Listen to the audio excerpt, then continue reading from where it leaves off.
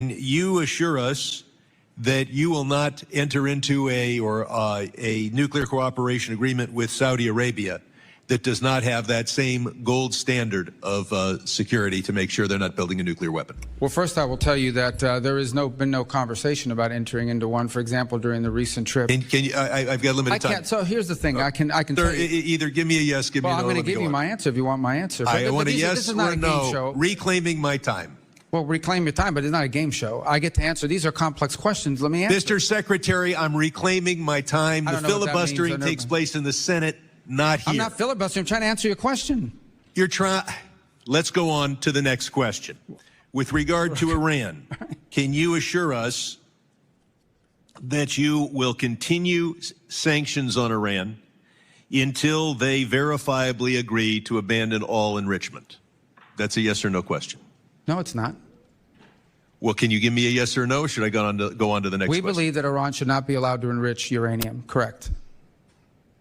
You believe that it should? Yeah, I believe, we believe that an acceptable deal with Iran is one in which they cannot enrich, because if they can enrich, they can weaponize. I know why we don't want. I asked you, will we agree? Will we continue the sanctions until they verifiably agree to get rid of? Oh, you have no worry about us. The worry was the previous administration. This administration has been. Your refusal to give me an answer is loud and clear. No, well, I'd like to answer reclaiming my time. Mr. Chair, you told us about all these wonderful business deals that were announced in the Middle East. It's reminiscent of the first year of the first term of Donald Trump, where he announced a $10 billion investment by Foxconn in Wisconsin. It is still an empty field. I am sure that the only deals announced in the Middle East that will actually happen were the bribery deals, the $400 million plane and the $2 billion Abu Dhabi will put into the cryptocurrency sponsored by Mr. Trump. TikTok. Mr. Secretary, you led the effort to say that it shouldn't be controlled by the Chinese Communist Party. We passed a law with your help. That law requires that we ban TikTok now because all of the expiration dates have expired. But instead, we saw Chinese interests affiliated with TikTok transfer $300 million into the Trump coin, which is a pure gift. It's $300 million for nothing but monopoly money. And so there's a word in Mandarin for this. It's called bribery. And it raises the question that I'll ask you to respond to for the record, and that is there any statute this administration will not violate for a $300 million Chinese bribe? We next focus on USAID. Musk gutted it. He said no one died as a result. Do you agree that no one has died yet as a result of the chainsawing of USAID? Yes or no? I'm sorry, the question is, has anyone what? Has anyone in the world died because of what Elon Musk did?